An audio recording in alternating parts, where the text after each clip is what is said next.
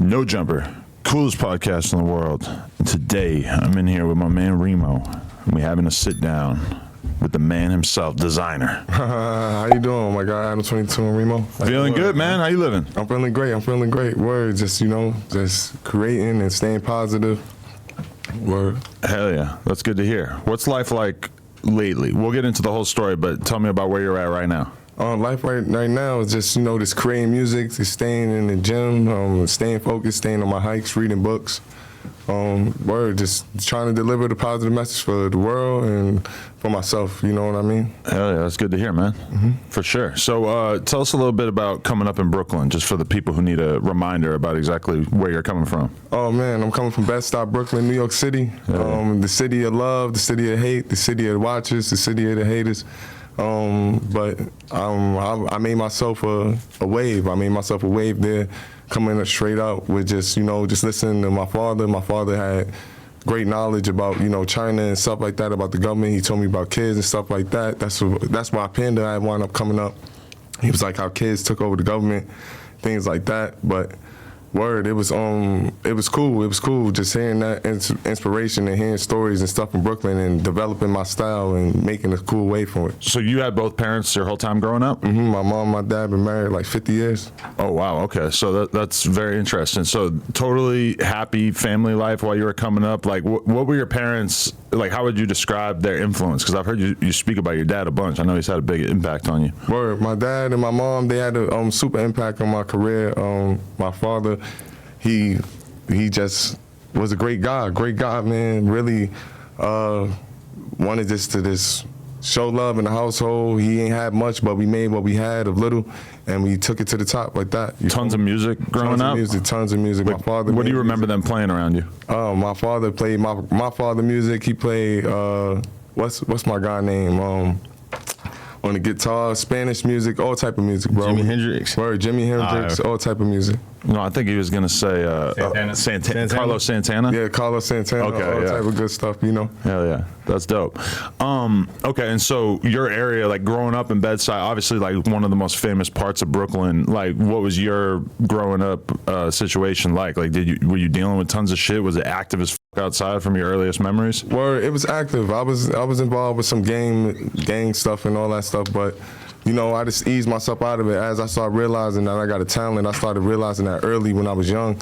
I was like, yo, man, let me just focus on what I could do out here, because I could die in these streets, wind up being in the wrong shit coming off left. And, everybody just growing up out there, we all don't know certain things just at a young age. So just staying to myself and putting myself in the studio was the best place. Was there anything in particular that you witnessed that made you want to step away from the gang shit? I've been shot when I was 14. You were 14. Holy shit! What happened? Word. I just got shot. Like I'll just say wrong place, wrong time, and things just went left. You feel me? It was in Brooklyn. Word, in Bed-Stuy, Brooklyn. Word. What was the day like that you got shot? Just a random day, like? Random day. Word, outside, not listening to my mom and my dad. You feel me? Trying to be around and trying to be, tough and stuff like that, and just wound up getting shot. Word. Because the era of Brooklyn that you're coming out of, the most common way that people were able to break through as rappers coming out of that area obviously is kind of the early days of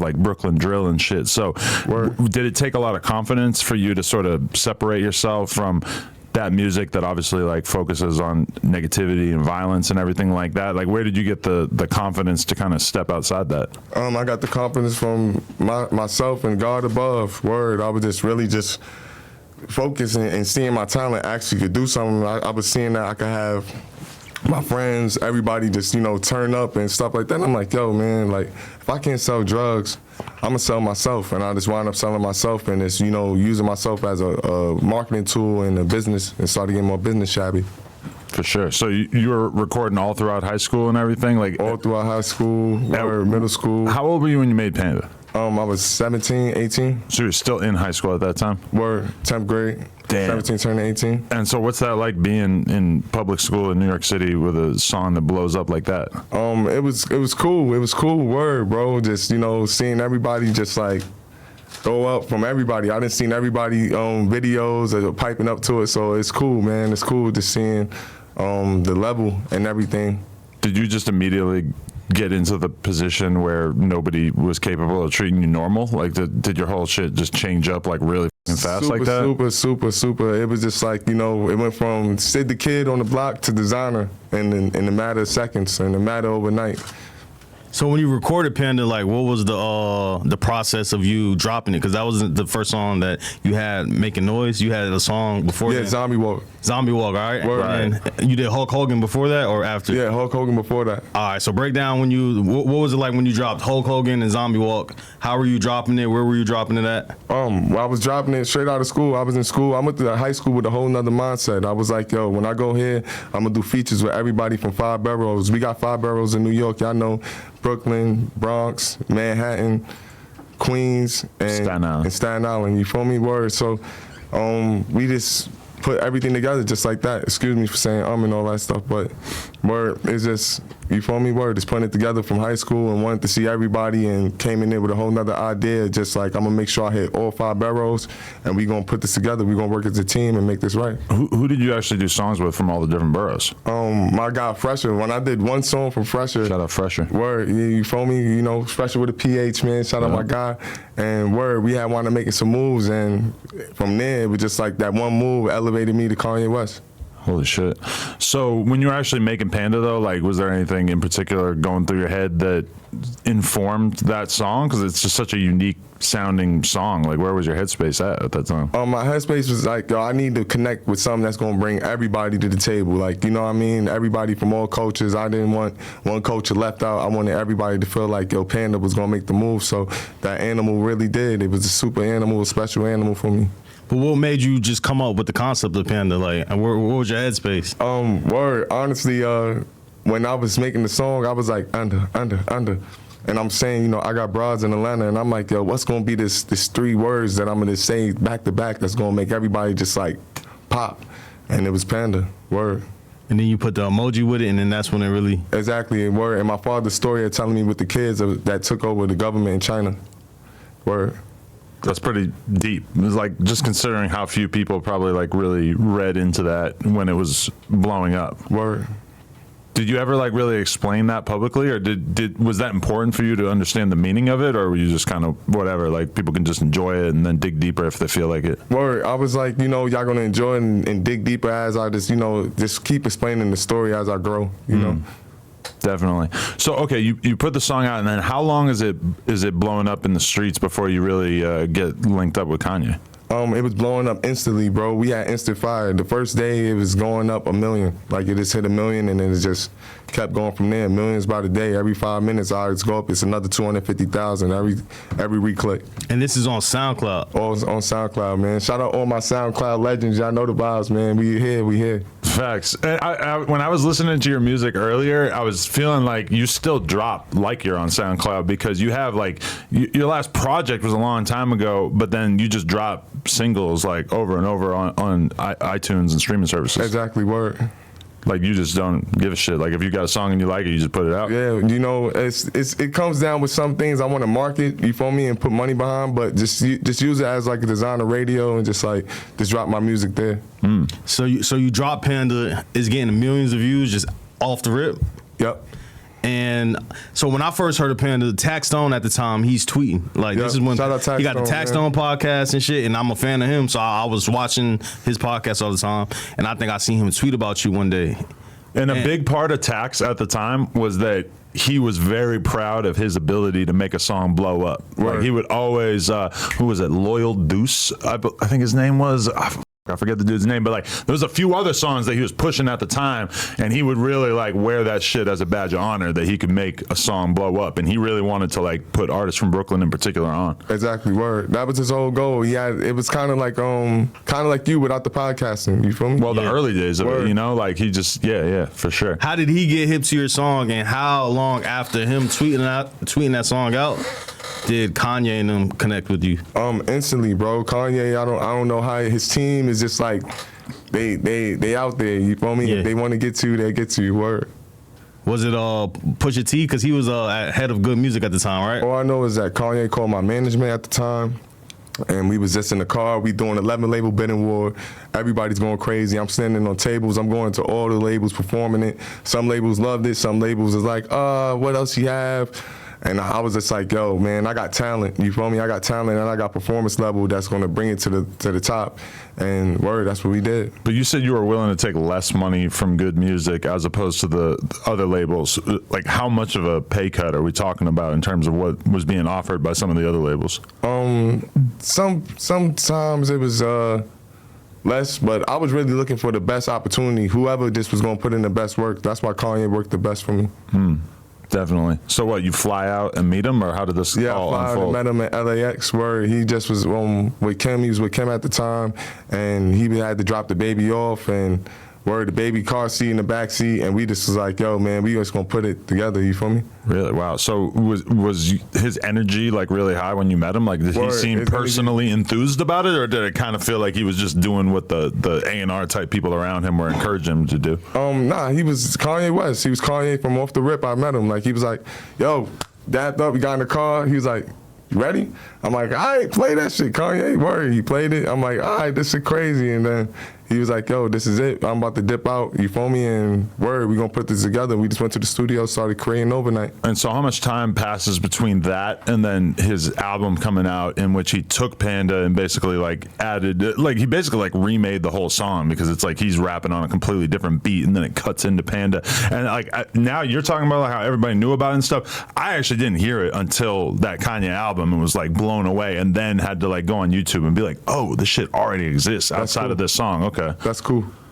But so how much time went before that decision was made, and how did you feel when he decided to basically like create a whole new song out of it? I felt great. I felt like whatever tasteful moment he wanted to put inside of it and make it like, yo, put his own steez on it, I was cool with it. You feel me? Like, I was just like, as long as I can just make this song, this is still, you know, opportunity for me to have my song be able to reach the masses and go international. So it's just a great moment. For sure. So the album comes out and then the song starts even going crazier. What was that feeling like? Like were you just locked in the Good Music studio at that time, just trying to figure out what was gonna be next too? Word, just in the studio with me and Mike Dean, and it was cool. Word, me and Mike Dean, we was in there just cooking up, just laying the process. He had the whole Life of Pablo camping in, and we was just in there cooking. Definitely. And during that whole time period, are you like becoming close with everybody else who's on Good Music? Because at that time it was kind of like a real stacked roster, right? Yeah, it was a super team. Like, there's very few labels that have that big of a star-studded lineup these days. Word. Everybody else I wound up meeting throughout the time, me and Pusha T. That shout out my bro Pusha T. You know the vibes. It was just us just linking up from there. We started linking up, Steve Victor, and us started putting it together. Besides from like Pusha T, who was like the other first people from Good Music that you linked with besides Kanye and Pusha? Travis Scott, 2 Chainz, Big Sean. We met all at Madison Square Garden. And y'all were performing? Yeah, we performed Panda. This was when they let me perform Panda on stage with all of them, and I shut down the stage. It was massive. Yeah, break that day down, because like this is your first time performing at Madison Square Garden? Word, first time performing at Madison Square Garden. It was huge, man. Shout out to Summer Jam, shout out to Hot 97. We was out there just turning up. It was my time, and once I got the time, I just, threw the mic up, got busy, you feel me? That's my kind of vape trick right there. Wow. But okay, like, are you still living in the same apartment and this stuff during this whole time period? Because I just imagine this being like a very hectic time period, and especially New York, where everybody's just stacked on top of each other. It's got to be a weird transition, because I'm sure there was all kinds of weird energy coming your way in the neighborhood and shit, right? Word. It was just like, not in the neighborhood. I had wound up moving out. We was making like $30,000 a month at that time. And this is before me and Kanye, so I already had my own apartment settled and stuff like that. Okay, for sure. And so at that time, did you really feel like Kanye was fully invested in the long-term health of your career? Like, were you guys all really like invested in talking about what was going to be happening with the project and everything? We didn't really have much to talk about. This is when Kanye was going through a lot, so we didn't have much to talk about, but we all understood that it was like, yo, it was time to go. It was like, yo, we need him in the studio. We need this kid working and stuff. Yeah, because what year did you drop Panda? I dropped Panda, 2017? 2017? 2016, 2017. Yeah, because you made the XXL 2016 freshman cover. Exactly. So Panda was out already before that. All right, so it had to be 2016. Word. So what was that experience like? Finally, you know what I'm saying? Your music going crazy. Now XXL wants you to be on the cover.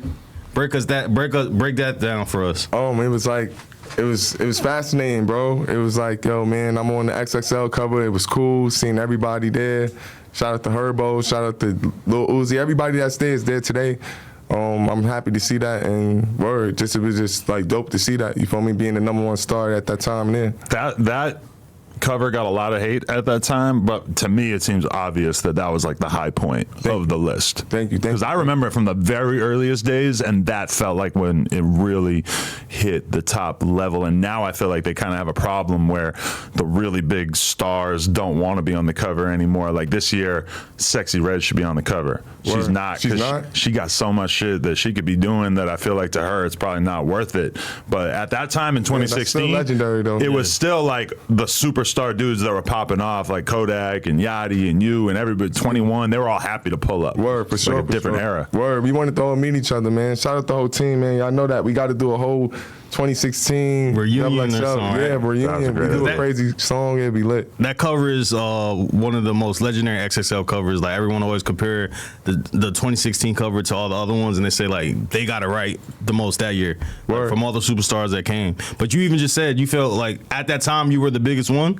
Well, the numbers don't lie at that time. You know what I'm saying? So yes, I was the biggest one at that time. Because you were the first New York rapper to have a #1 hit in 10 years at that point, which really puts into perspective how big a song needs to be to hit #1. Like I was just watching this little video about it, and they even pointed out that like Drake was like 10 years into his career before he had a #1 hit. Like a song, in order to be a #1 hit, needs to be so unbelievably massive. There's a lot of big songs that come out, but like that really puts it into perspective that this wasn't just like any old song. This like really took the world by storm. Word, Panda forever, Panda. and then you did the XXL freestyle. And then from the freestyle, I think that's when Timmy Turner spun, because at first it was just a freestyle, correct? Yes. And then you flipped it into a song? Yes, word. But you already knew it was going to be a song, Well, right? it was Timmy Turner. So Timmy Turner was the freestyle. I used to do Timmy Turner in the back of clubs. Like it was dark in the back clubs, just snapping my fingers, and Timmy Turner would just ring off, and people would say that's voodoo or something, you know? So that was the plan though, was like you did that as the freestyle and then you came with it as a single? Exactly. Because it was word. requested. Everybody wanted it to be a song right after you did the freestyle, right? Word. Who is Timmy Turner? Timmy Turner is me. It was a suicidal note. It all started from me wanting to really just wanted to like get rid of myself, bro. At the time, it was coming from this being in the streets and like, yo man, this is the life I gotta live. I gotta live every day with a gun underneath I don't want to talk about it, but it was just like, just me, putting all that on pen and pad and making something creative out of it and bringing it to Mike Dean and letting Mike Dean put a splash on it. So that's a song that you wrote before Panda started taking off and your life all of a sudden had meaning that was like left over from that earlier part of your life? Yes. Really? Yeah, really. I didn't know that part of it. Was it easier for you to write songs when you were still struggling, or do you find that now that you're more successful or more stable that it's more of a challenge? Sometimes it could be a challenge. Sometimes I could be reaching at certain points because of what I've done. But it's still like, just having fun, just letting it just, as that emotion comes up, I just let it just flow off and just be like, yo, man, just keep Desiigner radio alive. How was at the time? Because like when you were coming up, you were getting a whole bunch of comparisons to Future, and then Future had a few tweets. I think you had a few tweets back and forth, and then. If I'm not mistaken, Future like kind of dropped a song where he was kind of like subliminally dissing you with he think you won a Grammy, right? He was kind of saying that you thought you won a Grammy because you were excited about when you perform. Okay. So were you influenced by Future when you first came out? Like, did he have an impact on your style? Honestly, his Future music was ringing off. You know what I'm saying? So like, I'm not gonna say like I haven't heard of him. Nah, like I think Future was a cool artist and stuff like that. It's just like I just have my own style. You feel me? When I just start rapping in my cadence, it just start we have this comparison that just start coming up, and it's cool. You feel me? It's pretty cool to me to be even compared to somebody that dope. You know, it's a tricky position to be in if you're a rapper and your voice just kind of naturally sounds like somebody else who's already huge. It's like a weird decision of like exactly how you want to play your career from there, because you could like intentionally go out of your way to like change your voice. I guess there's like a lot of people who do that kind of shit at that time. But do you feel like you ever intentionally were like trying to sound like him, or was it just a coincidence? Nah, just a coincidence. When I heard it the first time, I was like, wow, this sounds like something that's on the radio. You feel me? I was surprised myself. You feel me? And then I was just like, you know, I'm just gonna just keep going and just make this lit. You feel me? Whatever he's doing, I just hope when it's like me and his stocks, you feel me? It's like when he's up, I'm up. You feel me? So like I just like to keep him up, you know? But do you feel like, because I feel like you're a person who's like kind of all about positivity, and you seem like you don't ever really want to dwell on shit that's negative, but there you are like early on in your career where you're in a position where you're being compared to a legend / having the legend kind of taking shots at you, and it's like automatically you have like a big crossroads right there. Like, are you going to get down in the dirt and do battle with somebody who clearly has like a gigantic fan base, or are you going to just try to take the high road and just like ignore it or whatever? Like, what was your thought process on that at the time? Just ignore it and keep going. You feel me? I'm young. I still got many years in the game. I'm only 27 years old, so it's just like it's plenty more. It's plenty more that's going to happen. And you got to like pick and choose your battles in rap music, you know? Like we watched Drake kind of like duck the Kendrick smoke for like 10 years, and then he finally got into it, and it probably ultimately wasn't the best idea. I remember like early on when Trippie Redd and 6ix9ine were going at it, that like 6ix9ine was like the smaller artist, and he was like really, I remember seeing him like really hold back on dissing Trippie because he knew that Trippie's fan base was so much bigger, and then once he got bigger than Trippie, it was all out war because he and realize like he had the fan base to actually do it. But in rap, if you're like the new kid, battling with the big dog is like it could either work out like incredibly well for you, or it could just kind of hinder your career from real early on. Word, seriously, word. But I don't have no fear. You know, Desiigner's here, and really just really want to just deliver. Did you and Future ever run across each other and have a conversation after all these years? We had one conversation. We had one conversation in the past. Actually, we wanted to make some moves. Me and Future wanted to make some moves, but me and Kanye was already in the middle of making moves, so it couldn't happen. As in, like, he wanted to sign you or something? Word, we wanted to make some moves, word. Yeah. That would have been crazy. That would have been crazy, right? It would have been like Lil Wayne embracing Young Thug, because like Lil Wayne didn't embrace Young Thug, and Young Thug kind of like started to like kind of fall back from like fucking with Wayne. So did you feel a way that Future didn't embrace you at first?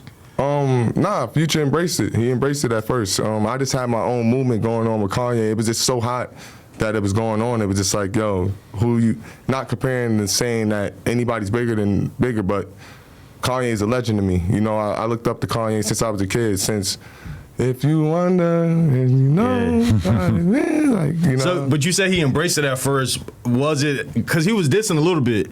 So did he start dissing after you signed with Kanye and then signed with him? Like if you had signed with Future, it would have been all good. He started. But then also like when he was probably trying to sign you, it's not like he knew this was going to become the biggest fucking song in the world, and that everybody was going to be saying that it sounded like him. Like he didn't necessarily know it was going to get to that level. Word, you feel me? Which is, it's interesting you mentioned Thug, because Thug is somebody that has signed 1 million artists, and a lot of those artists sound like a lot like him. Rest in peace, Lil Keed, Lil Goddard over the years, Gunna, etc. Like a lot of those people, you could have, like, Thug could have looked at them and said like, nah, I don't want to with him because he sounds like me. But instead, Thug seemed like he was always down to bring people in and try to develop them. Right. Do you regret your decision? Like now, if you could take it back, would you have signed with Future, or you happy that you made the decision to go with Kanye with good music? I have thoughts about that before in the past, but no regrets. I'm just like, I think I just made a proper decision with going with Kim and Kanye and being around that family and stuff like that, seeing things like that. Where did things go wrong with you and Kanye? Because after a while, I remember one time you went on live and you were actually complaining, saying that Kanye is really not helping you. You're doing everything on your own. When did things start going bad where you was like, you know what, I don't think good music's for me? It's just when, everything started getting a little too political for me and stuff like that, and I just needed certain help with, like, PR and stuff like that. I just needed certain help. So, like, I just felt like I just needed to fall back. That was all. That's all I could say on that. But so was it the politics, like literally like him being so wrapped up in the Donald Trump shit and like saying crazy controversial things on a consistent basis? Because you signed to him when his image was a little bit cleaner, and then like you fast forward a couple of years and all of a sudden he's like making headlines every other day saying some and the wild album shit. needed to be turned in and stuff like that. I just felt like I just needed some help and stuff like that with the album and stuff. And so did that hurt, because you're talking about like the family, and I can imagine like him and Kanye having you around and you really felt like, damn, I'm part of something. And then it must have been really distressing for his energy to be going in totally different directions. And meanwhile, like you're realizing like, oh, if I'm not obviously like exploding at this moment, I'm not really going to be able to get the attention. Like as soon as the attention dipped a little bit with you, like you felt like you were kind of on the outs with them. Not really like that, but just like me and Kanye just had like things in contract that I felt like, you know, we just needed to really just get into, like, you feel me, and things like that really couldn't happen because of what he was going through. So like I just kind of just left it like, hey, I got to get up out of here for a minute. So it was more so a financial decision. You didn't like the splits on the contract? No, never. There's no financial decision. Just what was wrong with the contract that you wasn't feeling? Nothing really was wrong with the contract. It was just like, when it's time to get in the studio, I just thought Kanye would be there, you feel me? And I just wanted him to have like his producers, like things like that, so I could be able to elevate and take it to a whole nother level. I was going back to SoundCloud mode, looking at stuff on YouTube, and I'm like, yo, I'm signed to Kanye West. Like I could be working with the camp all the time and making some moves, you know? I think I heard Big Sean say the same thing at one point. Was that a situation, because was he hands-on with a majority of the good music artists, or because like it seemed like he was just letting everybody do their own thing? It's like even Big Sean had like made comments like that saying that Kanye wasn't as hands-on with his career. Like was that talks you guys were having? Like, yeah, I don't think he helping me out either. It was just like talk to my lawyer and his lawyer and stuff like that.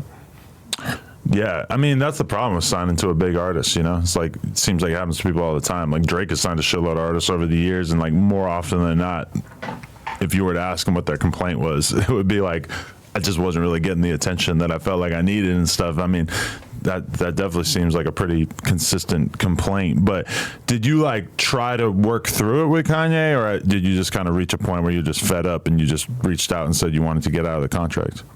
Just like, you know, try to work through it with Kanye as much as I can, for real, and just make the best out of the opportunity, best out of the move as possible.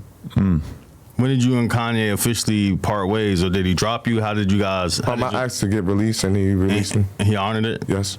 He didn't seem like he had any issues with that, like, because they probably already invested a bunch of money into you, right? Oh no, the record was doing like God blessed us with a beautiful record. So the record is doing what it's doing. He took his splits, I took my splits, and we still good people to today.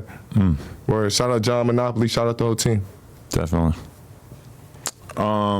There was that one Blueface song that you remixed, though, where you said that Kanye was crazy. Oh man, I did not call him crazy. We take mental health very, very serious around here, Desiigner. I didn't call him crazy on that. Oh, really? So, I didn't call him crazy. So what did you say? Because I said, got him going crazy like Desiigner, I got him going crazy like Kanye. So I was saying like we was both crazy, and we was just like. But everyone at the time took it like you was calling him crazy, because that was the narrative of like Kanye being crazy. Word. So when that came out, did Kanye have anything to say with you? Like, why are you spreading this? Or no, was there any backlash? Because what I said was got him going crazy like Desiigner. I got him going crazy like Kanye, you know? Yeah. But also he is crazy. So that seems like a pretty fair, like if you don't think Kanye West is crazy, then you don't really like, you ain't been paying attention. Word. I mean, at least in our basic definition of the word crazy, in the sense that like his energy is just going a million different directions. It doesn't really seem like he's capable of controlling what he's working on at any given time. So that's why when something comes out like, oh, they're doing Yeezy porn, and then it like doesn't happen, and all of a sudden you fast forward a few months and you're not hearing anything else about it, it's like nobody's surprised.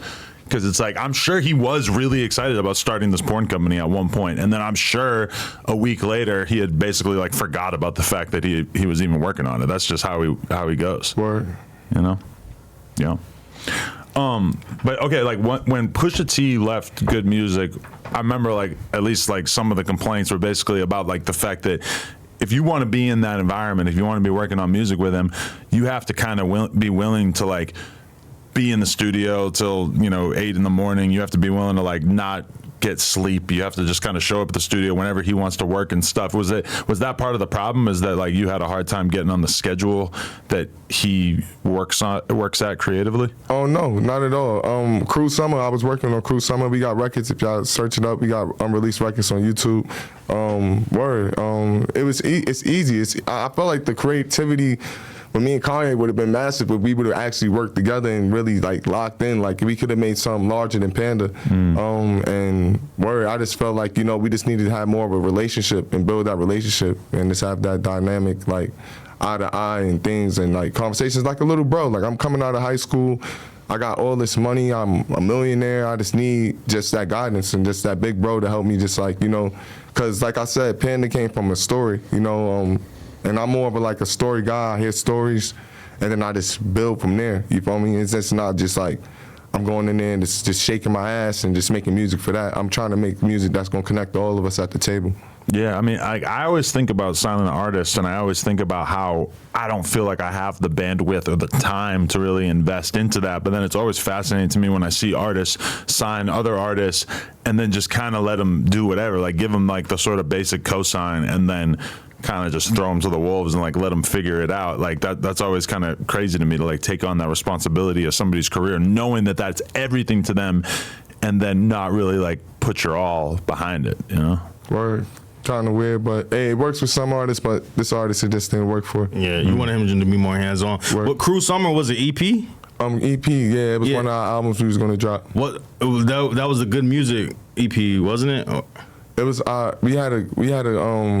Cruel Summer was our good music EP / album. Yeah, all right. So how was that? What was the process like for that? Because it seemed like everyone would just, if y'all wasn't in the studio working together, were y'all just submitting songs and then whatever got picked? We was all in the studio. We were all link up. Me, Kid Cudi, Big Sean. We were all link up. Ty Dolla $ign and all of us. All right, so break that down. Because Cruel Summer, I remember, was that the white cover? Was it? What was the cover? It was we didn't get a cover yet. It was just all on the board. We just had everything on the board first. So where were you guys recording at, and like how was the recording process? Like you guys would just show up and decide who wants to do a song? We'd just show up and he'd be like, got the Yeezy team out there.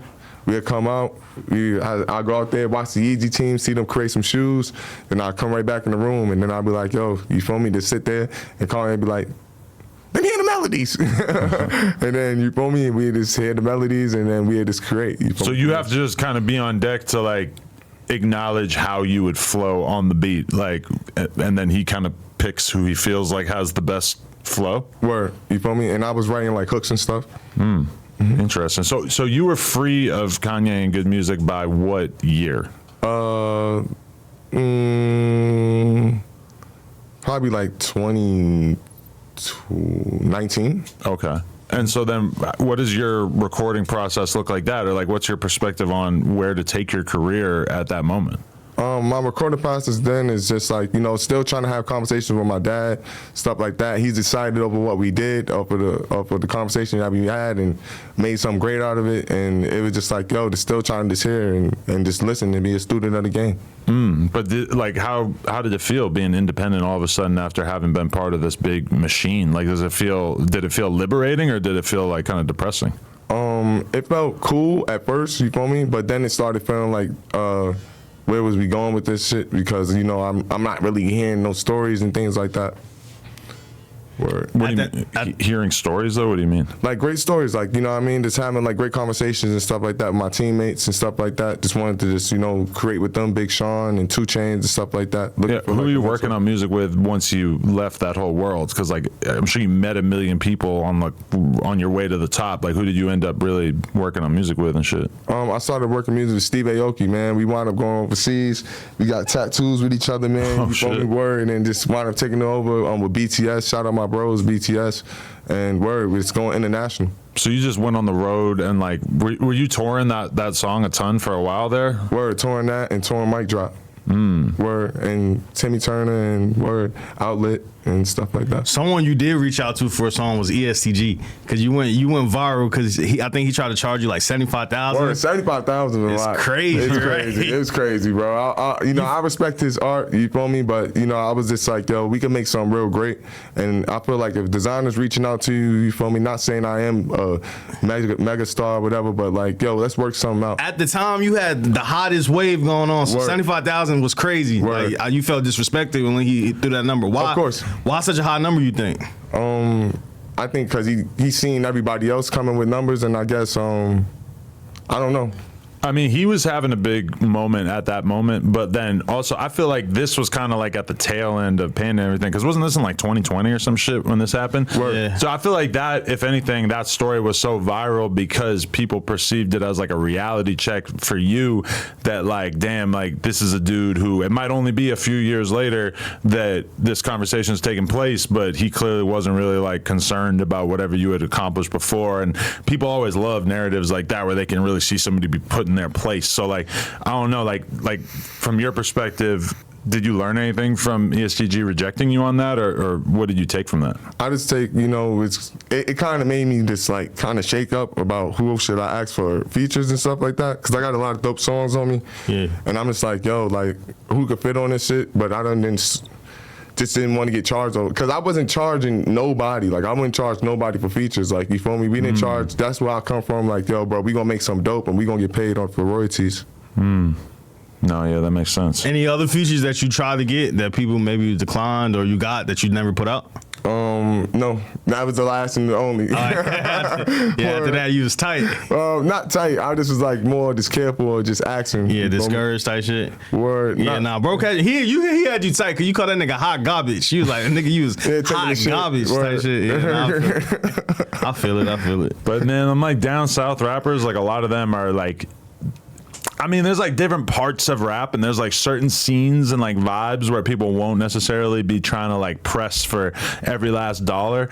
But when I see a lot of these down south dudes who are like have a real hustler mentality, and they just like their mentality is that they're charging for everything, and they're really like maxing out how much they can make from shows and features from day one. So I guess I wasn't really surprised to see him trying to charge that, but I definitely can understand from your perspective how you were a little taken aback by it. Word, just a little bit. How did you come up with the name Desiigner anyway? We came from a conversation. We was talking, me and my brother. We was just like, yo, man. He was like, yo, you need to design something with your name. And I was like, oh, that's my name, Desiigner. You feel me? And I was just went like that. And then my name is Desiigner Royale at the time, because my middle name's Royale. And it was just like, yo, like, Desiigner Royale. And then I wound up going to see my sister. I'm like, little sis, man, like, what do you think I should do with this name? And she was like, take out the name, take out the I, and she said, put another I in the name and drop the Royale. And I just dropped the Royale. Oh yeah, no, that's hard. Do you still mess around with shrooms? 'Cause I remember at one point I think I seen an interview where you said you was like messing No around. more shrooms. No more shrooms. Off the psychedelics? Off the psychedelics, man. Off the psychedelics. Well, that's interesting you say that, because like, how much of a presence in your life were drugs prior to Panda's success, and then like how did that change once you started really having fame and money? It just became more accessible. You feel me? I was more accessible to the shrooms and just vibing out. You feel me? Like I was just at the time I was alone. You feel me? Becoming famous, you lose friends, you lose everything. You lose everything, and then you just start from you, and that's when the strong starts in. That's when everything starts kicking in. You feel me? But so you mentioned shrooms right away. That was always your drug of choice? Shrooms and marijuana. I like some weed. I love weed. Really? I feel like people always run into problems with like pills and lean and shit. That wasn't an issue for you? Nah, no pills. I was doing bennies when I was a kid. Word. Benadryls? Yeah, Benadryls. I used to do those.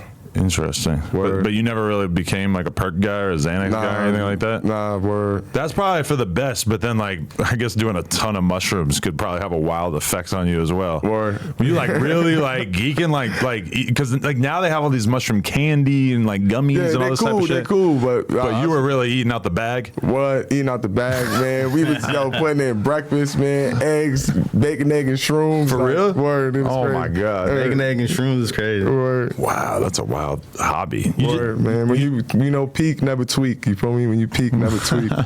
You said that when you gain fame, you lose a lot of people and lose a lot of friends. Why do you feel like you lost a lot of people around you? Because everybody just wasn't moving in the motive I was. Some people just sitting around and just like waiting for me to do certain things. And I like to sit around older crowds because like, there's just like a lot of conversations going on and I could just stay student in the game. And I felt like, like being young and around a lot of young people at the time, it was just like it's young thoughts. And I just, I felt like matured. And especially like in the beginning, you're bringing a bunch of your homies on tour with you and like trying to do as much as possible for them because you feel like you're about to be the biggest thing in the world. You're about to make so much money. And then as time goes by and it starts to seem like a little bit more realistic, you kind of realize like, this is getting expensive with me dragging like 3 homies around everywhere we go or whatever. I've seen that happen over and over. And then those people don't think, oh, like Desiigner's a great guy because he was flying me around with him for the last 6 months. They're thinking, man, f this dude because he ain't doing it anymore. Word, you feel me? And then that started leading around, and then you feel me, things like that started happening and stuff like that. What was your mentality on the hoes during this time period? It was free fall, bro. You just went out of control, or what? Word, just went out of control with them, you know what I mean, and had fun. Just had fun, you know what I mean. It was all just fun. It's nothing crazy like that. Okay, how many is the most chicks you ever slept with at once? 2. Okay. Yeah, but that's enough. That's old me. Okay. Old me, word. I remember Yachty had an interview talking about going to like Switzerland and 6 chicks at the same time, and like everybody was just mind was blown. Like, damn, this young ass kid having European orgies. That's crazy. Crazy. Yeah. You still talk to anybody that's from like the 2016 cover? Like, what's your friendship with any of the guys? No friendships with any of the guys. Just really trying to get back in connection with them and let them know like Desiigner's here. I'm ready to work. And I'm looking forward for us to do a major track with each other in the future. Where do you think the misconnection came from? Like, how come you wasn't able to like keep a connection or just keep a rapport with any of the people at Good Music or the people that you were on the cover with? John Manop and Stephen Victor, I kept connections with them. But in terms of the actual, like the art, you're talking Like, about the like in terms of like the cover. artists of the 2016 cover, or even people on the label like your peers that were rapping with you. How come you didn't like keep a rapport, or were you like having a hard time like keeping relationships with them? Yeah, because it was just like, we was just like, I don't know. I guess everybody kind of looked at it as like we was in kind of competition, I guess. I don't know. Definitely. And so, okay, like, what's your lifestyle look like as like this shit all starts to unfold? Like, I feel like the pandemic was like this big thing that, like, you know, you were probably doing a lot of touring and stuff up till the pandemic, right? And then that kind of all just goes away all of a sudden. Word. And so what was that like, just having everything kind of slow down from there? And like, what have you been doing life-wise since then? Just been staying focused, bro. You know, after everything happened, you know, just really just finding love, bro. Finding somebody I could really just be a companion with and putting it together and have some great conversations and flow again. Oh, when did that happen? It happened after the incident. Yeah. The great incident. So, okay, you're flying back from Tokyo. What were you doing in Tokyo? Tour, Thailand, and just really just, you feel me, selling merch. I had sold $80,000 in merch. I had to my PMR, me and A Boogie, we did a great relationship. Shout out my bro A Boogie, you know, and just, you know, just kept it going. Okay, and so, like, what was going on? Was it a drugs thing, or like, what led to you having this meltdown? Mentally, Adam, I wasn't in the right place. Like, I had a long time to think about this, and it's just like, literally, mentally, I wasn't in the right place. I was just like having so much fun. I was just having so much fun and just like, not controlling myself at the time. So, you know, I came back home though, and I just really just started bettering myself from there. I was just like, yo, it's time to read more, it's time to go on hikes, it's time to work out, it's time to really put myself in, build a mental, you know, camp for myself for really just putting it together. I had wound up going to Music Cares, I had wound up going to NAMI, 1-800 numbers, and just building myself from there. But so what, like, because I feel like part of the fascination with the storyline for people and why it went so viral is that people just didn't really understand. So was it like, you thought that it was funny, or was it more something where like you were just fully like tweaked out of your mind and you just didn't know what you were doing? Yeah, didn't know what I was doing. I was fully tweaked out of my mind. This is when I was vegan. I didn't have enough sugars and stuff like that. Yeah, so it was like I was kind of like out of my body. It was an OBE experience. Like, word, it really wasn't like who my character was, and it's just like, word, bro. I was on medication. I took medication and just went to sleep on the plane. And so the FBI is waiting for you when you land? Word, for real. And what was that whole process like? Like, what kind of questions were they asking, and how concerned were they? Oh man, they was like, yo, like, why would you do that on a plane? I'm like, out of my body, saying just like wild shit, just like, yo, like, but word, I had to get back home and just get myself together, word, meditate, get stuff back together and stuff like that. Excuse me. And so, are you someone who's always like really in touch with what people are saying in the media and everything? Like, was that kind of you up to see people just painting you as like a mega weirdo or whatever after that? Of course, because it's my first time being famous, you know what I mean, in life, and I'm just like, yo, just thinking like, damn, I hope nobody thinks I'm a pervert or anything. Like, that's not what I'm all about. You feel me? I'm all about just like love and just like keeping things going and stuff. Definitely. So are you like, can you still fly now? Like, what happened with that? Oh, I can still fly. Word. It was just I had to be medicated. I had to be medicated and be right. But shout out to American Airlines. Shout out to the flight attendant. Thanks for helping me out and word. And I know that might kind of sound weird and stuff, but word, that lady really helped me out. You feel me? Like, it was a whole team. Shout out my whole team. So what, they could have potentially tried to like press for you to be banned from flying, but they didn't really try to like make it that big of an issue? Exactly. Okay. Word. Interesting. And you said she helped you out in terms of like getting you help? Word, Or like calling my you team, out, or yeah, actually- calling me out, and yeah, my team know that I needed help. You know, shout out to Rev, you know, Riverton, man, Scott, Andrew.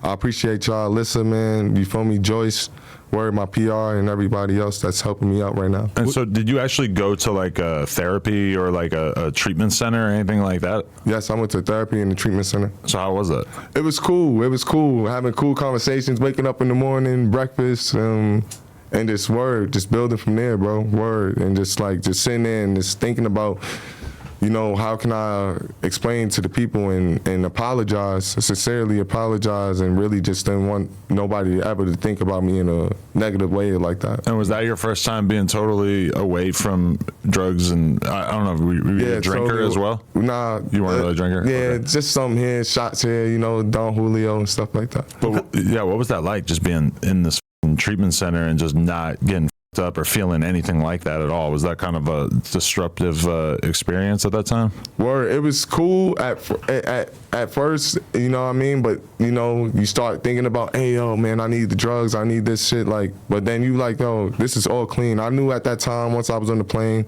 I was like, yo, this is my place to really, like, detox and get all this out of my body and really just start off from a fresh start. Definitely. What drugs were you on when you were on the plane? Just out of my body, bro. I tell you, bro, I can't even explain how my body personally felt, you know what I mean? But there was no drugs in your system at all at that like time? this overdose on shrooms. Just All like, right, so you were on shrooms at the time? and young and not really knowing how to really be, like, not being prescribed them, you know what I mean? So it was just like this free, just bowling and things like that could be in your liver and pack up, and you feel me, you could have a trip just being there, you feel me? But did you feel like you wanted to like come right off of that and put music out while you had that attention, or was it obvious to you that you wanted to take your time and Take my time, Okay. take my time and rebuild myself, rebuild my character and stuff. Because that would have been crazy if you dropped like a storytelling song where you're just like breaking down what happened on the plane. Word, I was. Go full but King Von on them. Yeah, you feel me? Nah. Yeah, that might have been too much for the people. Word. What do you say to the people that's like watching this for the first time? Because have you talked about it since? Nah, I haven't talked about it since. It's my first one. Oh, yeah, so what I had to make sure I had to be here with Adam. Well, I didn't know that. That's Yeah, crazy. Shit. that's super dope. So what do you say to the people that's watching this right now that's like, this is the first time hearing from you since the incident, and they just want to know what I'm saying? Like, This is the first time y'all hearing from me. I would say this is, you know, don't judge me from what's you heard in the past. It's, you know, I'm moving forward. I'm moving focused. I got, you know, free world merch. I got mental Oh, that's your awareness stuff. merch. Okay. Word. So it's just like, you know, just being mentally aware and being focused and word, being able to just show my growth of character from here. So you're 100% sober now? 100% sober. What's that like? Life as a sober man versus a guy who's It's pretty cool. It's pretty cool being in the studio, creating with a sober mind. It's like, you know, more reading books, more just, you know, just going back to being Sydney, you know, and just wanting to be focused and just, you know, still be student in the game, but extra like cautious and like I'm saying, it's free world, but you could be charged with certain things. So just be careful what you're saying nowadays. You know how you moving. what's the concept behind the free world? Like, why free world? Free world, free way of thinking, free thought. You know, and just knowing that it's you're not being charged with your thoughts. So just make sure you spend it wisely. You know. Do you spend most of your time on the West Coast or in New York now? On West Coast. Okay.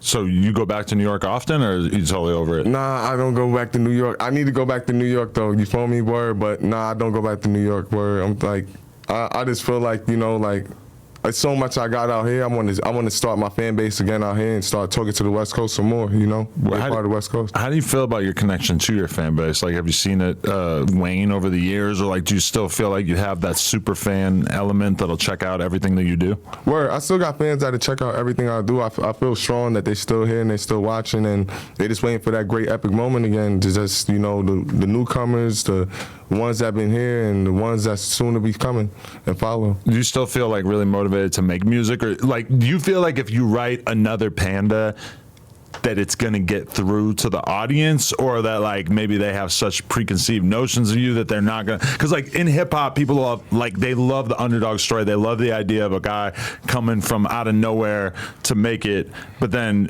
a lot of times it feels like in hip hop they're not as interested as like, oh, this dude who had a hit 5, 6, 7 years ago, he's back and he's got another hit. Like a lot of people might kind of turn their eye to it because they love newness in this culture. Word. I feel like that's part of the game. You know, you got to deal with adversity, and I'm more part of it. You feel me? I love the new crowd. I love the newer stars that's coming up. I just feel like, you know, word, it's still room enough for me to make some win. You still listen to a lot of new artists coming out? Word, I still listen to some new artists. Anybody in particular that stands out to you? Somebody who's in particular that stands out to me, I'd say, who have I listened to? Yeah, who's on Designer's playlist right now? Word, who's on my playlist? One, the Barton. Word, it's one of my African artists. Word, okay. You feel me? We got a record that's going #1 in Africa right now. Oh, word. Mm-hmm. Damn. So have you been to Africa? Yes. Okay. What's the fan base like out there? It's beautiful. It's beautiful, bro. Hell yeah. Word. Interesting. What kind of music you got cooking? I know you got some music that you're working on. Or Word. something. Oh Yeah. man, I got all different types, bro. In my section, all different types, bro. Word, man.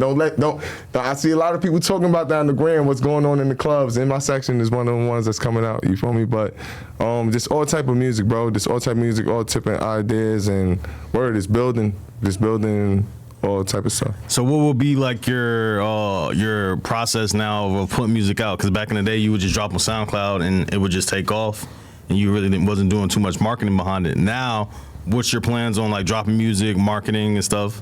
Still Google Ads, still pressing on Google Ads. I think Google Ads has been a major plus for me. It's been helping me out, you feel me? And just like word, moving and stuff like that. As far as like a label situation, are you currently looking for a deal, or are you signed right now to anyone? I'm independent right now, but I'm signed to Riverton, and I'm distributing through Empire. So what does it mean to be signed and independent? Because you said I'm signed to Riverton. What is Well, that? that's like a partnership deal. We doing a partnership deal. So Alright. yeah, they helping me out with my videos and things like that. In Riverton, where is that based out of? LA. All right, for sure. So how do you feel about people who call you a one-hit wonder? You know, people hit you with that, with the I feel like, yo, come to my shows, see my fans. You feel me? See them have fun to it, and then you call me a one-hit wonder and see if it still goes. Do you feel like you and Kanye will ever get back in the studio? Because, you know, sometimes, like, I could see Kanye doing, like, a good music tour and bringing any talks of that. Like, where's Kanye head at now? Or have you even talking to him? Spoke with him? Word, haven't spoke to him, but soon in the future, I'm looking to get back with the camp and just, like, to show my maturity and to show, like, I'm ready to work. No matter if you're in the studio or not with me, Desiigner is just, I've proven to myself that music is all that it is to me. You know, I have nowhere else to go. The studio is my friend. The studio is my everything, you know? So, like, that's how I feel about it. You ever written any songs for Ye? Yes, word. We went some songs, word. Yeah, I figured, because he be using, like, a lot of people in his camp to, like, help write songs and shit for him. Yes. You still eat off like the songwriting credits from stuff like that? Yeah, for sure, word. It's a nice lump sum of bread, man. Shout out to good music, man. I'll never forget them. That's my forever, that's on my back. That's my backpack. When people make, because like, you know, especially after you have a situation like the whole airplane thing, there's always like people on YouTube who want to make videos where they basically break down your career and the highs and the lows of it. From your perspective, like, do you tune into that stuff ever, or do you just have to block all that shit out and I just gotta stay block focused? it out, bro. I gotta block it out, bro. I gotta stay focused and just keep everything just like, yo, bro, it happened. That's the past. Let's just keep it going, bro. Let's go, bro. You know what I mean? Word. Are you on social media much in general, or you try to just avoid it? Not on social media as much. Word. You feel me? Word. For sure. You plan on getting back on social media? Because it seems like nowadays all the rappers are using social media to get their career where they need to be. So do you feel like you're gonna have to actually start partaking in social media again to get back to where you need to? Word, for sure. Word. We got some viral challenges going up right now. You feel me? If you look at the page, word, we got some viral challenges. Just starting it there with me and my girl. Do you feel like you have to put yourself out there 100% like that, like in terms of social media? Because like I seen like some drill rapper who had a clip the other day where he was talking about that. He's like, if we want people to care about us, we have to put our whole life on social media for people to indulge in. And I was just thinking about how much pressure that must feel like, especially if you're somebody who's got, you know, business going on in the streets or whatever. That it's like being a great artist and making music is like such a separate thing than like having a whole social media strategy and showcasing your life on a day-to-day basis. Word. Like from your perspective, do you mind doing that, or is that like, yeah, I don't mind doing it. Word, it's just matter the strategy. Like you said, it's all strategy and making sure we just, you know, hit the points that's it's going to be interactive for the people.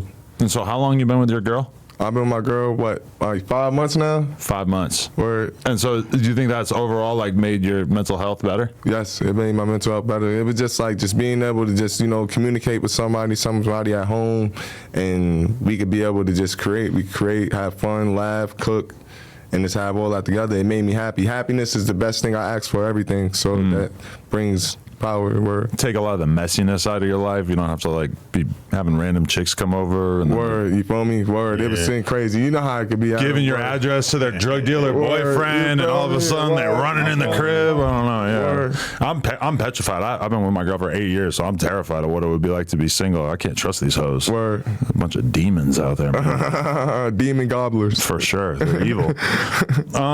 Okay, so what do you got planned in terms of like shit that's coming up? Like, do you plan on releasing a full project at some point? You feel like you need to kind of get the momentum going in the right direction before you want to do that? Word. That's why I'm up here, man, to express it with y'all, man. I see I have a great platform, and word, just put out the music from here. You feel what I'm saying? Start working from here. You got anything like you about to drop soon? Anything like you work? You know what I'm saying? Like, yes, we got some music we about to drop soon. Word. Word. Hell yeah. Definitely. If you put out a project right now, would it have like a mix of like hip hop and Afrobeat type stuff? Is that something you're real into at this point? Word. I'm real into that hip hop and Afro beats and even EDM, bro. Even tapping into all the inks. You know what I mean? Word, man. Shout out to Guetta. Shout out to all of them. You feel me? If you could work with any artist right now, if they listen to this, who would you want to work with? Honestly, right now, I can't just say one artist, but I say I'm looking for features. Desiigner is looking for features, and he's open for features. And if y'all want to get in the studio, just reach out. Hell yeah, man. Well, it was dope to have you on here. Very much appreciate you showing or telling the whole story with us and everything like that. And we're definitely behind you. And I feel like you still got some high points to come. And I feel like as much as the commentary community and the peanut gallery might enjoy kind of kicking you when you were down and everything like that, I still feel like you have the talent that you could, you know, recreate your previous success. And then and ultimately, if you are able to do that, once that narrative takes control, that's when people are going to really be like, oh, maybe he's actually around here to stay and everything. So I feel like you got to just keep grinding the music and really like find, like, I haven't seen content of you and your girl on social media and everything, but I do feel like having a strong relationship with a woman and stuff is the kind of thing that'll make people reconsider you, because they like seeing you as like a full human being. And a lot of times the relationship shit will get you there. Word, seriously. Yeah. Word. So for sure, man, we're behind you. Let's definitely do some more shit in the new year. Is there anything that you want people to check out? Anything in particular? Oh man, check out my latest single, Fly as Hell. Make sure y'all tap into that. And Fly as Hell, YSL. You feel me? Going up. I was just listening to it. Get I the know Free what words World were merch. rhymes. Make sure y'all get the Free World merch. Exactly, get the Free World merch. You feel me? Oh, that's why you were asking me my size. Word, right. I gotta hook you up with one. That's dope. I got to show the bag. She's saying show the bag. What's on the bag? Come on. Oh man, it's that Gucci, man. Desiigner always wearing some designer. Oh, you know for sure. Royale, you feel me? And you don't put that together with this. You feel me? All right, the Free World. What's on the back of the shirt she's showing us? All right, so that's the Free World. Where can they find it? Where can they get it at? You can get it at Riverton Store. It's located in LA. Word, you feel me? The store, we got everything in. Hell yeah. That's what's up. You ever seen 8 Mile? Oh man, come on. They be saying Free World in that too, right? Come on. Is that it? Yeah, Yeah. okay. Hell yeah. Word. For sure, man. Well, Desiigner, appreciate you coming on. Thank you for sharing the story with us. Thank you to Remo for co-hosting. And yeah, everybody check my man out. Check out all his new shit on streaming services and all that. Appreciate you, dog. Panda. No Jumper, coolest podcast. Like, comment, and subscribe. We out.